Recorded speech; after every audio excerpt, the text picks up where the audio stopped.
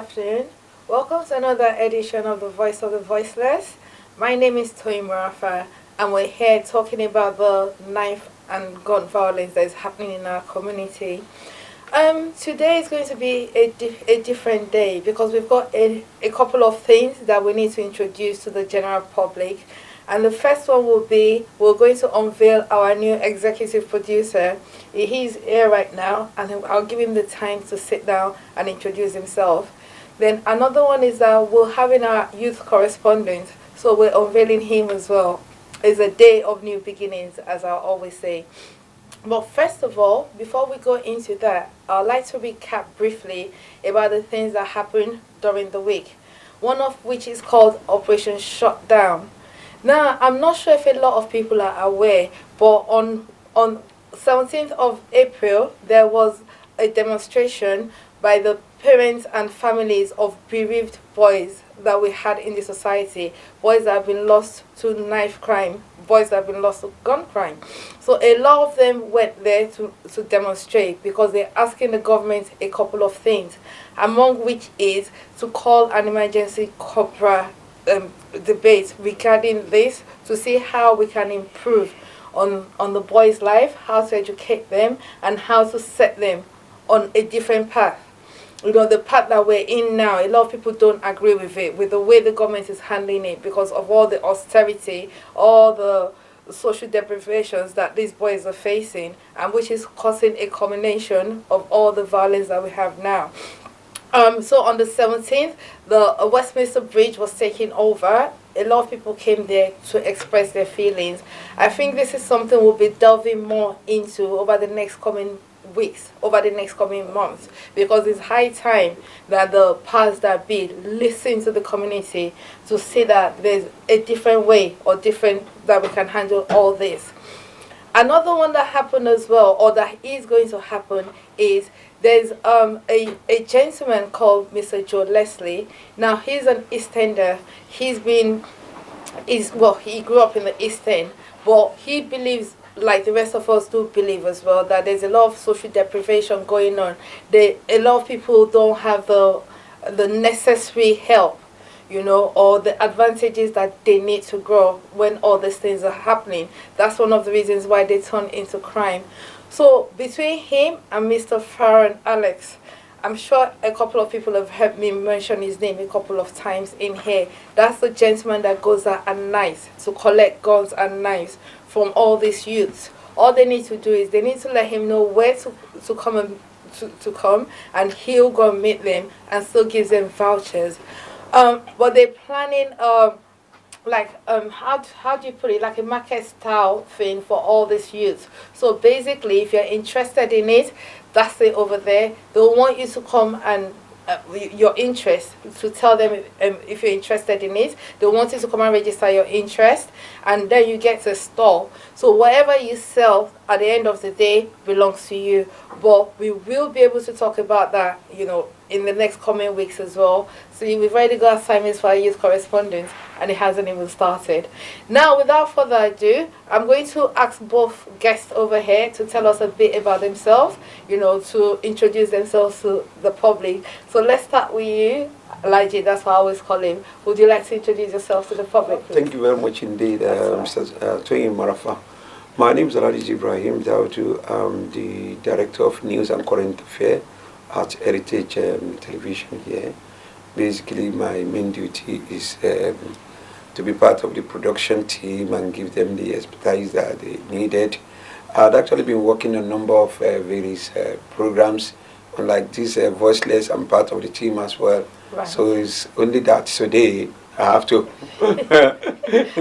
part of the guests on the seat. Yeah. So that's it. Oh, thank you very much. He's going to be our new executive producer. Like he said, he's been behind the scenes, but because we're trying to introduce a couple of training programs for the youth, that's the reason why I dragged him here kicking and screaming. He didn't come voluntarily, but I'm so thankful that you're here today. Thank you very much. Now I'll go to the next young man over there.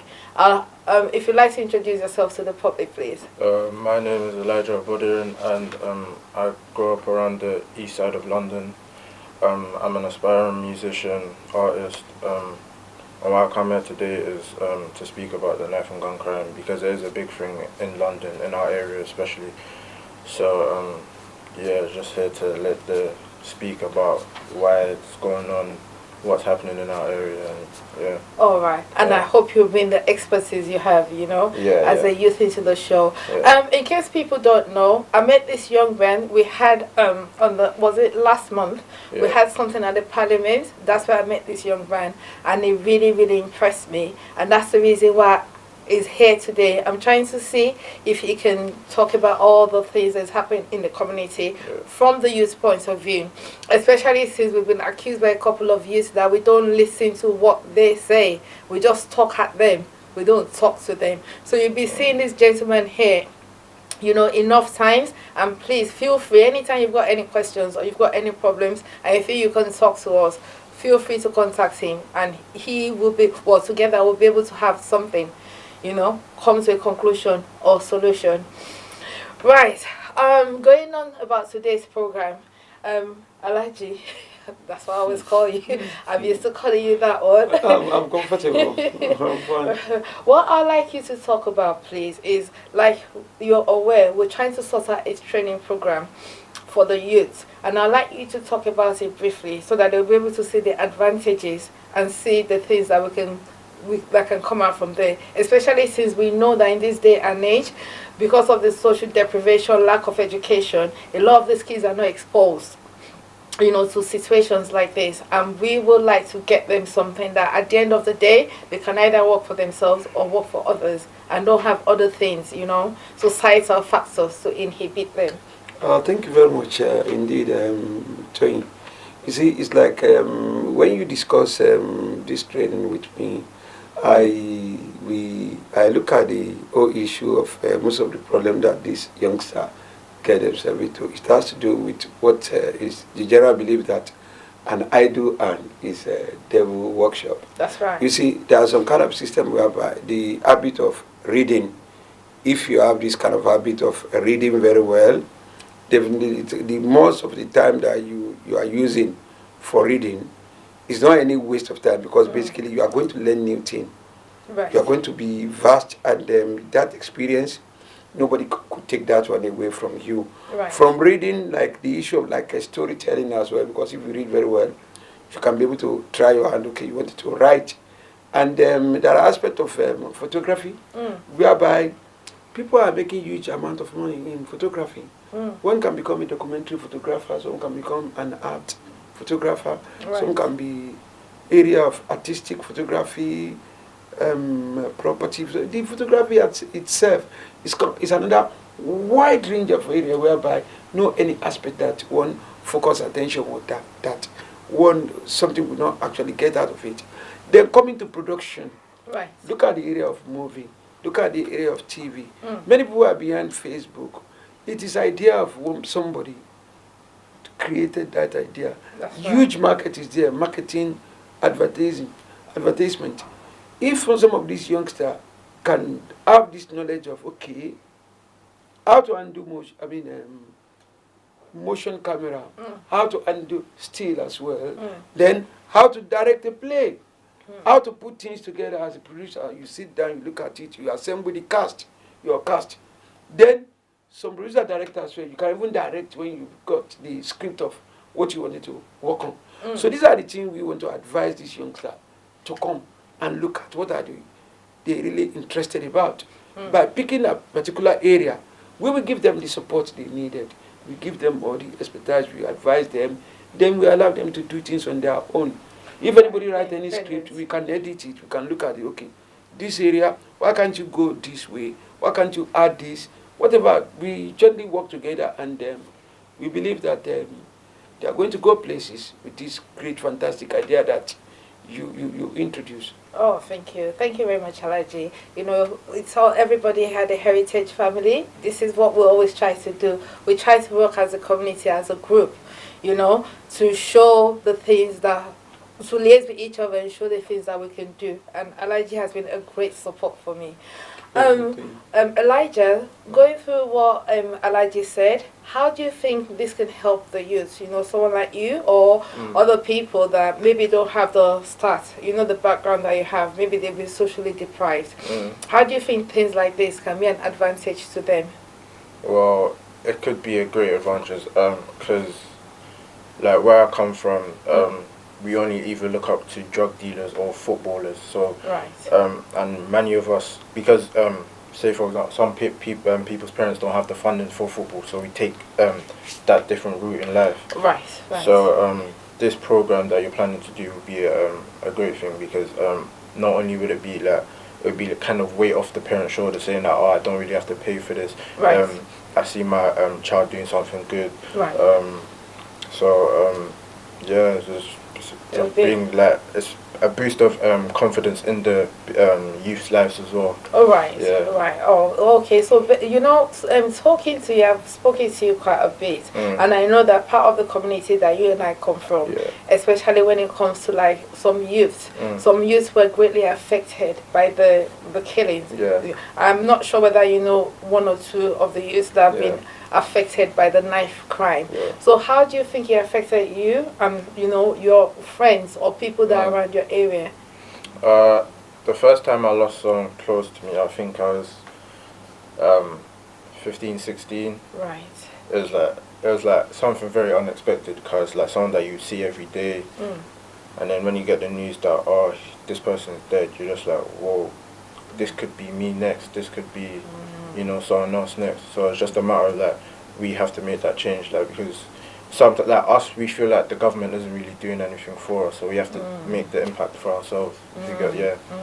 Yeah, that's powerful, and that's one of the reasons why we're doing what we're doing now. So Elijah, based on what Elijah said just now, how do you think we can tailor this training? So when we've got disadvantaged kids that don't have people to look up to, how can we tailor this training that it will not only help them, it can set them on their own paths in the future?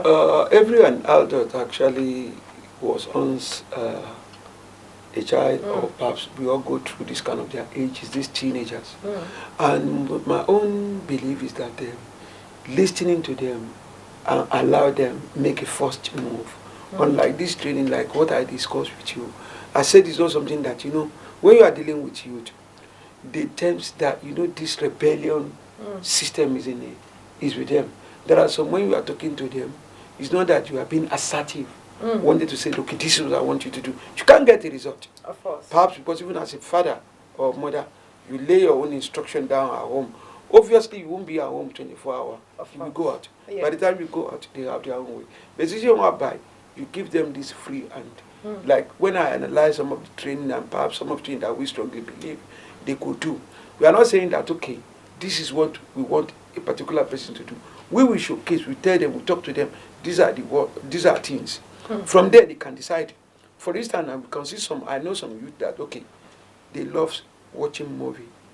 Okay, somebody who like watching movie, that kind of person, you can introduce editing aspect to that person. Right. Yeah. So because when you wanted to edit this, before you can edit, you have to have this flow of sitting down, spend long hour behind the screen, and look at what has actually been shot. Right. So now somebody who likes sitting down, because I've seen about some parents say, oh, he's been lazy, at times he doesn't want to leave the telly, he always be behind the game. Those are the good editors. Because they will have attention to details. So anybody we see that kind of we will introduce that editing stuff. And if somebody, okay, you always like to go to football, you always like to play, you always like to do, at times you like to go to cinema. This kind of people, okay, what are we going to do? Let's put that kind of person on the feed. So when somebody is on the feed, definitely you introduce the camera to him. Are you going to undo camera? Okay, from handling camera. And if the person is okay, they like listening to people, they like to talk as well, okay, presenting aspect has come. So we are going to look at them, look at exactly what they wanted. Then we are not going to impose anything on them that, okay, we want you to do this. No. We look at, like, in every field, it is when you are, like, let's take journalism for instance. Right. If you love sport, you always be a good sport writer, because that is what you love. Then, if you are somebody that, okay, political activities, you are an activist, definitely you'll be a good political writer, because this kind of something you intended to do. Anything that is with you, if you're given that opportunity, obviously you will be excelled. So those are the things we are going to do. We will go to be friendly with them. Right. Then we allow every one of them to do things, because coming from various homes, the problem with the youth is that this problem starts from home, where they don't give them that kind of a freedom, whereby, okay, some parents wanted to impose their own wish. But at that age, that teenager age, that's where they see themselves, oh, they thought, okay, they've known everything. But if you wanted to approach them, you're not being very, very, slow with them. You're not being slow. You just give them that platform whereby they decide for themselves, then you give them that support. So when you give the support, obviously, you get a good result. So these are the system, I believe, we are going to approach. To use. Oh, thank you very much. So what do you think about what he said, especially giving, Yeah, I totally agree with him, because where I grew up, for example, when he says the sporting thing, like for me, my little brother, my mum, growing up, she couldn't really pay for all, because we all had dreams of being footballers, so she couldn't really pay for everybody. I see. Yeah. So my little brother, he's like kind of big towards his age group. So me and my older brother will always look down on him and be like, yeah, you can do this, give him boosts and confidence. So and then so he keeps doing his thing. So there's only a matter of time. Like, as I say, practice means perfect. That's true. So my older brother, he's in uni now. So, and me, I'm still in education. So it's just a matter of time, because we believe that my little brother can be something. So it's only a matter of encouragement with the youth as well, and especially with the fact that he said a lot of problems come from home. Yeah, I totally agree with that as well, because say for example, a lot of people come from broken homes. Like there's not much love in people's homes. So the fact that people believe, like say in my generation, we don't believe that there's love within our home, so we go look for love outside on the streets. Oh, I see. So so we go look for love outside on the streets, and that's where gang life kind of begins. Because let's say I was approached by someone on the street. Yeah. Because there was supposedly no love in my household. We would believe, because there's no love in our household, this person will love me differently from how my parents or my brothers or my family would love me at home. Oh, right. And then, but these people like to act somehow, like it's just fake. They just want you to, you're just like their door to them. They just want you to use them. Just to use them. So it's just a matter of time, because like I see changes in society nowadays. So it's just to be honest, I just think it's just a matter of time. Yeah. Okay, so you think trainings like this, judging with the way you and your brothers were with regards to the younger one, so you think it's things like this that we need to introduce, to trainings to get them to have other places to look at. But a lot of people actually do blame parents, and they blame the home situation. Well, you've been in the education system in this place for years, so you've seen a lot of things going on. So what impacts do you think it has on people, on these youth, if they don't have the right person, the right mentor to look up to? Like I said, we only look up to two things in my area. To be honest, it's just a choice that you have to make for yourself. Like me, I grew up around, like, till this day, there's still a lot of drug dealers, fraudsters, this and that around me. It's just a matter of time, because you have to think for yourself. Because I saw something on social media that you work for your last name. Like, for example, companies like Rolls-Royce, that's a last name. So many companies are based on their last name. So it's just a matter of fact where it's just something that you have to think and deep it properly. What am I going to do for my last name? What am I going to do for myself? What am I going to do for my family? Because a big thing that affects families is money, finances. That's true. So, and arguments, fights between parents because there's not enough money, not enough finance. That just builds up in the family, and it kind of affects the children as well. So, say, for example, they say monkey see, monkey do. So, me, if I was to see my parents fighting, arguing, I'll try, because I don't want to release it at home. I'll go release onto the streets, and that's how you have a big thing about children, teenagers killing each other, because it starts at home. But not only could you say it starts at home, it's also a thing in school as well, because they're not teaching the youth, the children, what they actually should be taught, like what actually matters nowadays. We're being taught stuff that is kind of irrelevant to us. Like, we're not being taught about the real world. We're just being taught what's happening now, what's happening. Yeah. So. Right. So not the history behind it, but just what's happening now. Yeah. So obviously, there's no way you can correlate to what's going on. And which is, Alaji, so there's something that this young man said now that hit a nerve. You work for your last name.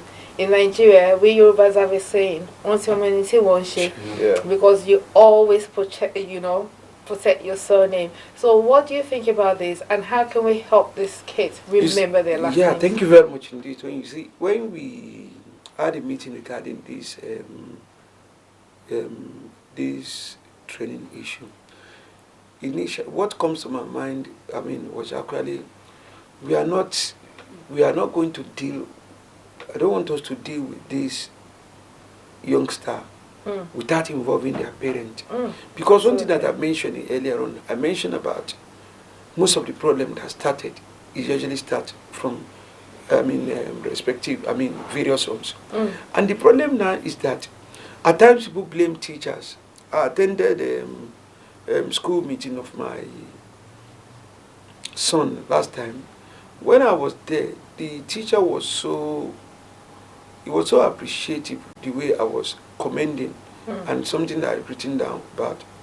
Then the man said, he told me, he said, there are some people, he said, he appreciated the way I expressed myself, that, okay, what I observed. But many parents are actually not involved, especially like United Kingdom and some of the Western world, whereby there are so many pressure regarding work. Going to work, coming back, getting home. And most of these children, some of them, don't you know that when you are dealing with children that they watch movie, and with this movie, there are so many ideas. They had friends over there. Then this advent of this internet and the social media, many information is at their fingertips. So you have to be very careful in that, dealing with them. You are not dealing with a child that is being secluded, that cannot reach anywhere. A friend of mine was telling me the other day that, okay, look, his wife actually is in control of whereby they don't allow most of these youngsters to go to their bedroom with their phone. Because the guy said, okay, around 11 or 12 o'clock, the young man was still communicating with some friend. So that phone has to be impounded. So then I said, look, what many parents do is like, hey, maybe they collect this phone from them. They don't allow them to get access to that phone. Even you program when you know that, okay, when are you doing your coursework? When are you doing your homework? What are you doing now? You understand? So it's like that's what it's about. If you can engage them, if the parent can be able to pay a little more attention. Not that just going to work, when you come back to work, if somebody says, okay, I'm going now, just shut the door, don't go out. You are telling them where they wanted to go. And definitely you are not there. They know the time you will come back. They will definitely go out. So if one can give more time to them, then that is one of the I'm talking about this program. The other time, this training that, look, we are still, the last time, the program that we had at Parliament, you know, when I sat down seeing a lot of parents, even with the children, I look, okay, if we don't have this program, the parent, is it possible, is it easy for us to assemble them? The assemblage will definitely difficult. So like this kind of public event that we held, I would suggest that the voice of the voiceless should try to do something that specifically for the parent, again, not for the youth. Right. Because, for instance, now, you are in your car, you have a driver. The driver is driving, maybe he's driving dangerously. What you are concerned about is for you to get to the venue of that meeting you are going. And if this driver is not being put in check, you are lying with the necessities of dangerous driving. You end up Of course. getting an accident that you won't be able to. And the driver will not say, because he will say, oh, but this guy has been driving for long. So what's going to happen? So let's try to, as we are focusing attention to this youth, I think it's the high time we focus attention to the parent as well. To the parent. To chip in some kind of advice to them. Right. Because the approach that most of the parents are approaching, let them know that in their home they are loved. Show this love to them. Not every time like this typical style, dictatorial style, whereby you want to be assertive, you want also to put your. Some parents, you will see the way they are approaching their children. I remember I met one man, a couple, at a supermarket, and the man was speaking. He was shouting and bothering.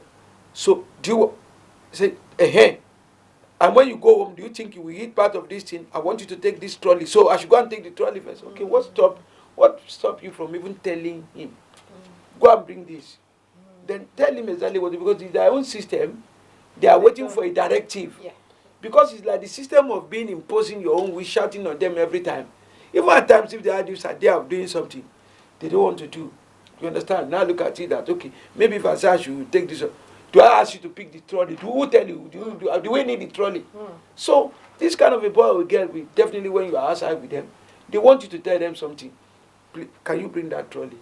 Then they will bring. So the system of approaching this youth should be different. Right. So I think it's high time we try to look at the situation whereby, as we are working with them, we have to work with their parents as well. We don't want them to just give them, maybe when the training started, you now leave them. Let's try to do something that the parent too will benefit. Like, there's some kind of series of workshop and this thing for parents. And some councils have actually started, whereby the chipping some kind of information that the parent will, the parent really needed. So that is my submission. Oh, thank you very much for that. Once again, ladies and gentlemen, my name is Toyin Rafa, and you're watching Voice of the Voiceless.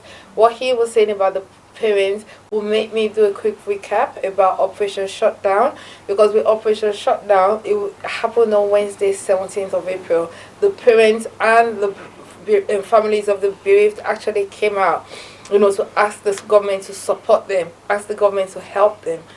And the only way they can help them is by adjusting the changes needed for these kids and making sure that some of the demands they asked for example, was rehabilitation in prison. Don't just send them to prison.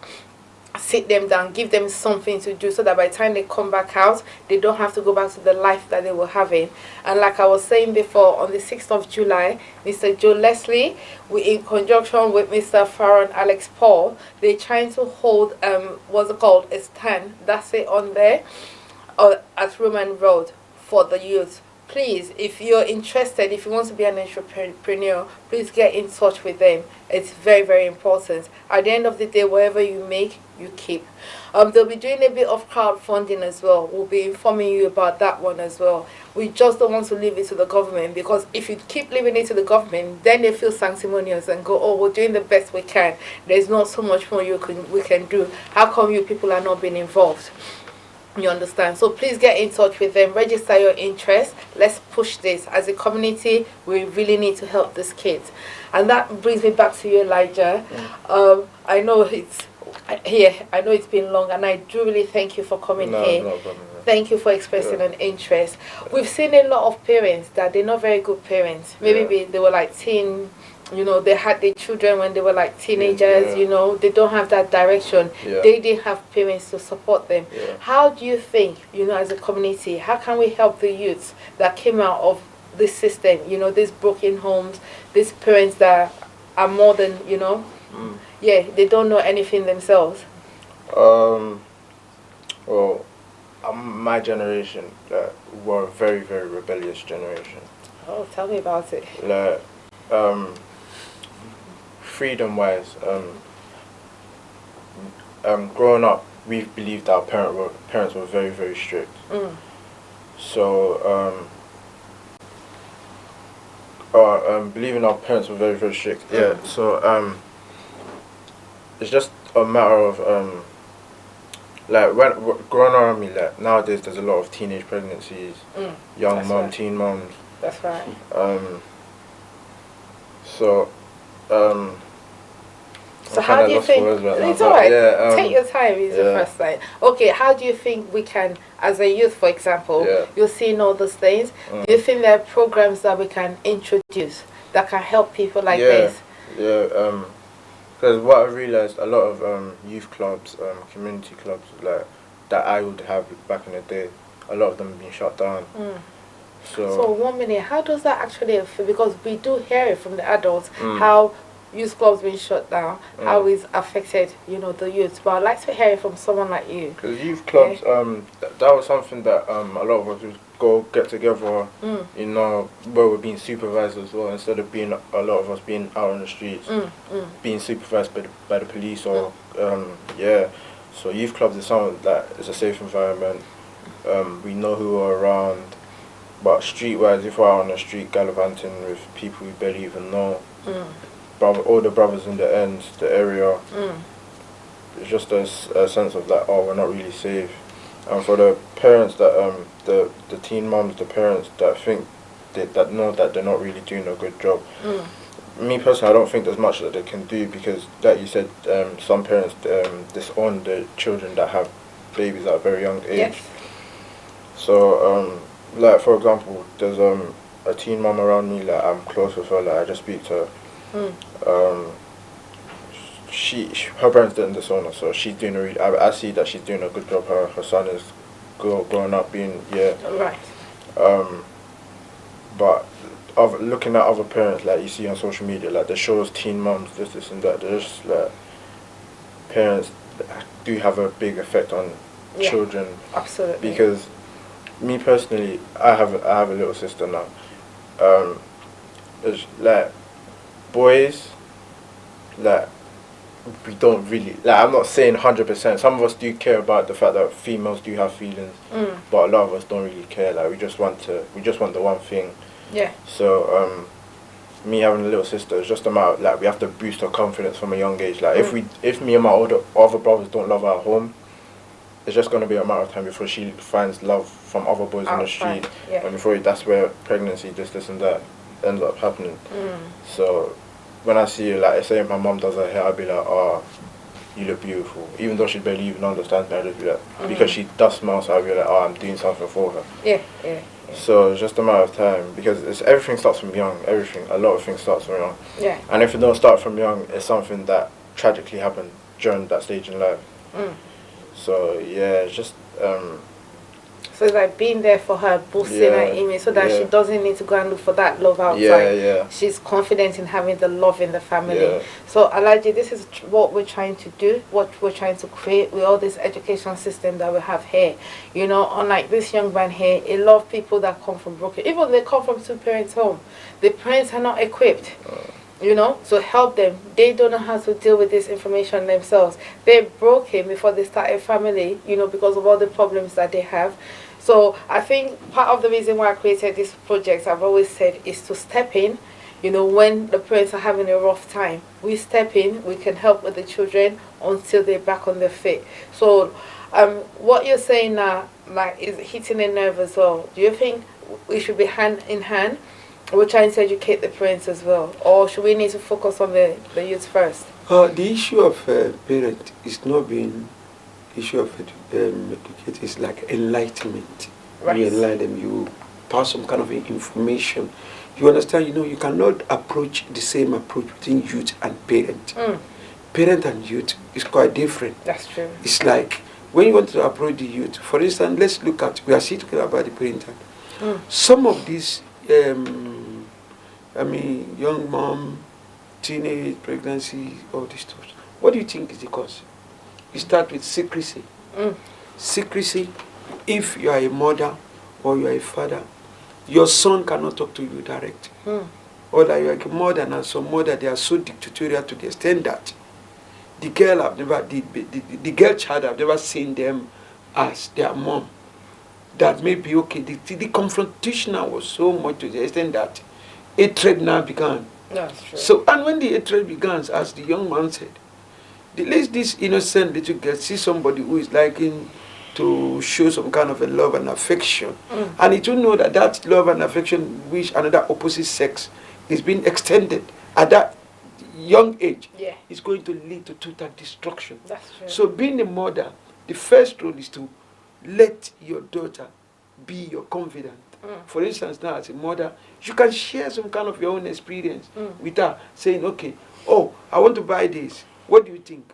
Oh, this rice we are buying, shall we buy team milk and this which milk do you think you like? It's like you wanted to buy fresh milk and you wanted to buy team milk. You're not trying to let your daughter do that. So which one do you think you like? Maybe you've been buying fresh milk always. You understand? Maybe perhaps the little girl loves team milk, milk, but yeah. you are not paying attention to that team milk. It's only bringing. Somebody will say, "Are you the one working? Do you work for me? Do you know how God, Mama?" So all these things is something like when you are friendly with them, you try to say, "Okay, which one do you think you like?" So, "Oh, Mom, let's buy team milk." Or even when you get to the supermarket, you allow them to take the kind of food. Can you choose? All this kind of a small system whereby you are allowing her to close to you. If somebody say anything on the street while she was coming to school from school, definitely she's going to tell you. Yeah. She will tell you. Yeah. They say, okay, oh, he said this, I'm going to meet his mom, I'm going to report him. But since you are being, so these are one of the small tips. It's not like being educated. When you see the word, you are going to educate the parent. You're going to some of the lady who they are ready to nag you. What do you mean? Yeah. Do you know how that? Well, you know how. So these are the way. So we have to approach it softly. Yeah.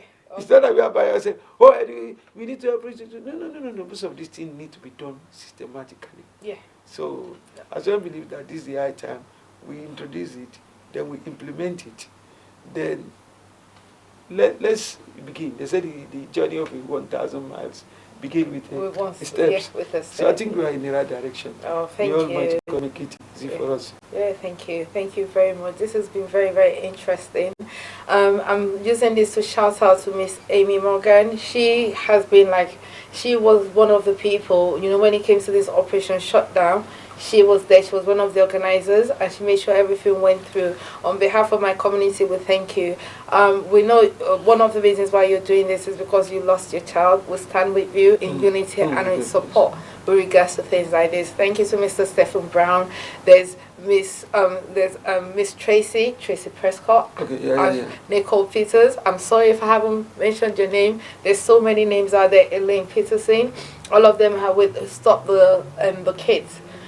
Stopping the kids from getting killed on our streets. We'd like to say for your operation shutdown, thank you very much. Mr. Joe Leslie, I'd like to show our appreciation as well. He's an Easterner, but he believes that our community, there's a lot of social deprivation, and he's stepping in. That's him arranging the Roman market, stalls with Mr. Farron Alex Paul. Thank you very much to all our community.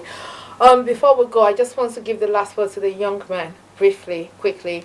As an aspiring musician, as well, we've picked up on that. So there's a gentleman that I'd like to speak to, you understand, with regards to that, because I think that's very, very important as well.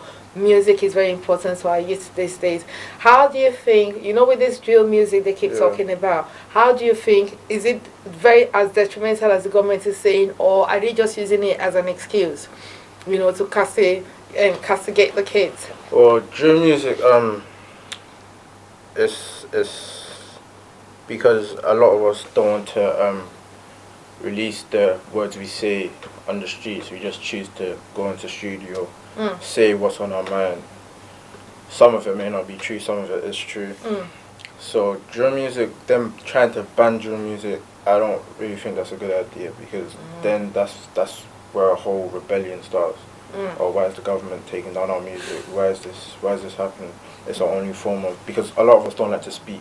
We don't like to voice our opinion. We don't like to speak to others about how we feel. So for me, I feel like music's the only way I can target those that how I feel. I can say it freely. So drill music. So is it, because I've listened to a couple and it is very violent. Yeah, it's violent. You understand? So, coming from an adult situation is not something that I want any member of my family to hear. Yeah, but we've all been through, my generation, we had the music. We had Tupac, we had Biggie Smalls, we had people like that. Even though they were into all this gang rivalry, they still made some music that had a message. Yeah. That's the kind of message. But with drill music as an adult, we don't see any messages. So, but I don't want it to be where the government will try and use that as an excuse not to do what they do. So what they do. So what do you think with regards to that? Well, how drill was like, let's say 1 or 2 years ago is different now. I think drill is kind of slowly dying out. Like, not many people are doing drill. Like, well, I don't know if it's just me. I don't really listen to drill music as much as I used to. Whereas nowadays, if I hear like one song that I might like, I just put it on my playlist. But it's not like back then I used to have a full playlist, drill music. But nowadays it's either Afro beats, Afro swing, you know, hip hop, this and that. But I think we just come to the stage where not a lot of people are blown from music by doing drill, so we try to do a different type of genre of music. That's like me. I was never planning on doing drill music in the start. I never had the intentions of doing drill music. Like, but if you feel like drill is for you, I'm not saying you don't do it. Like, if you feel like that's the way you can voice your opinion, because like we grew up hood, where for example if you sing, you might see like, oh, he's gay, he's a little boy, he sings this and that. Whereas rappers were seen as hardcore people, like with a big boy, like we rap, I see. So drill rappers, Oh, so that's where they get their charisma from. Excellent. This has been very interesting, very interesting. Like I said, this show is like a research project that we're doing, so bringing in new things. We've brought in Oladeji Dawodu. He's going to be here all the time. We brought in our new youth correspondent here as well, Elijah. Thank you very much, and thank you very much for the interest that you're showing. So hopefully very soon you'll be seeing a lot more of them. You'll be seeing Oladeji behind the scenes most of the time. I just wanted him to be here to be able to explain to people at home who are interested in our training programs and see that we are trying our best, you know, trying to make sure that these kids are equipped with something that they can use outside there. They don't need to depend on the schools or the government. We'll be taking over that part as well. And Elijah is there as well. We're listening to the youth. It's not, they can't relate to us all the time, but they can relate to him. So if you have anything, if you need help, if you have anything, if you think there's some things we need to cover and we're not covering them, feel free to get in touch with The Voice and The Voice of the Voiceless, and we'll pass it over to our youth correspondent. Thank you very much for another show today. Once again, my name is Toyi Murafa, watching The Voice of the Voiceless, and I'll see you next week.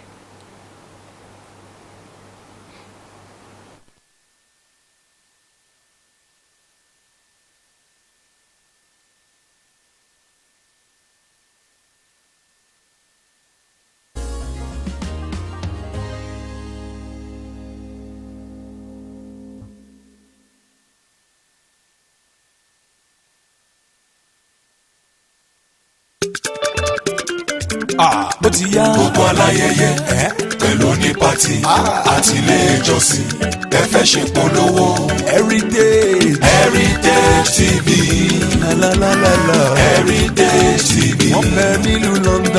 Heritage TV wọ́n fọwọ́ wọn sọ̀yà o. Heritage TV. ẹ̀yin aráàlú London ǹjẹ́ ẹ ti gbọ́ pé iléeṣẹ́ Heritage TV tún ti gbé àrà tuntun yọ o. gbogbo àríyá yín pátápátá la ó máa bá yín polongo rẹ̀ jákèjádò gbogbo ayé ká máa ṣayẹyẹ ní London ká sì máa wò l'Amẹ́ríkà ní Nàìjíríà àti káàkiri àgbáyé lẹ́sẹ̀kẹsẹ̀ àti lójú kan náà bó jẹ́ lórí fídíò tàbí lórí photograph tó mọ́lẹ̀ yékéyéké. Heritage TV ní bàbá o. gbogbo àwọn ayẹyẹ yín bí ọjọ́ ìbí ìsìnkú àgbà ìgbéyàwó àjọ̀dún ilé ìjọsìn yín Heritage Television ní kí ẹ máa bọ̀ tààràtà. ìlú London la wà, United Kingdom la tẹ̀dó sí. ẹ kàn sí wa lórí ẹ̀rọ ìbánisọ̀rọ̀ yìí 020-800-46100 tàbí lórí ẹ̀rọ alátagbà wa ayẹyẹ@heritagetv.co.uk àti lórí ẹ̀rọ alágbèéká 0734-123-4560. Heritage TV abalẹ̀tù ọmọdé la wó.